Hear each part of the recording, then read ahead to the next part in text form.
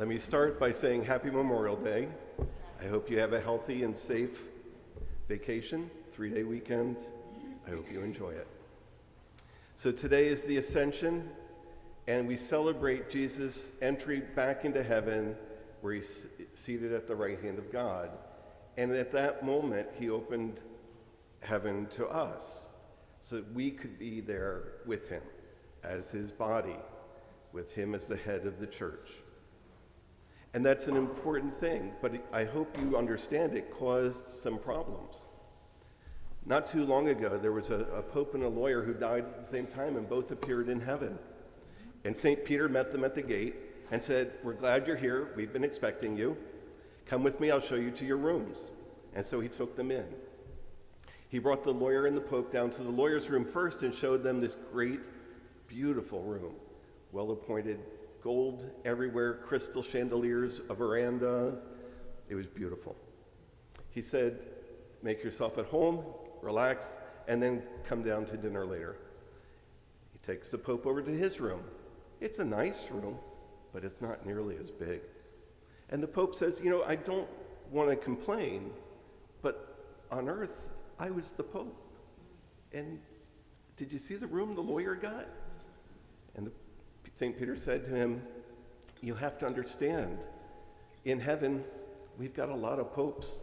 That was the first lawyer."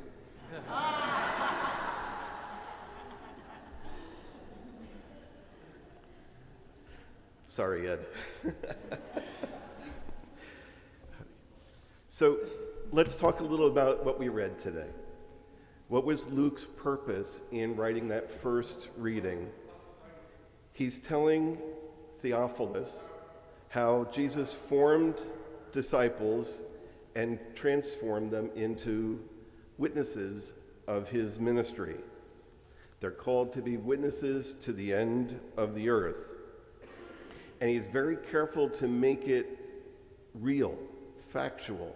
So he says when it occurred, 40 days, exactly 40 days after the resurrection. And he says where it happened, the Mount of Olives. He says that Jesus will come again, and he will come to that spot. That's huge, having those kinds of specifics to pass on, so that people can rely on his word. But in the gospel, Luke is telling us something else. He's talking about this Holy Spirit that God is about to send after the ascension. The last thing Jesus does before ascending is bless us through the apostles. He says that word of blessing. And as a result of that, they return with great joy. And they're continually in the temple praising God. Something happened to them. They grew. And Paul is sort of bringing this all together. What is this ministry? He announces that this was God's plan from the beginning of the world.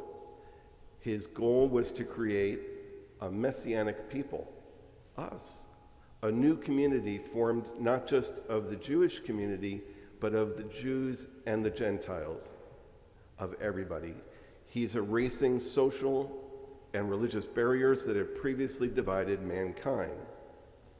So he tells us the central mystery, the message that Christ is the Messiah, that he died, that he rose from the dead, that he ascended into heaven, and he gifted his people with the Holy Spirit, so that the Trinity resides in us. And by that gift, he created a bond of unity between us and God, and between us and each other.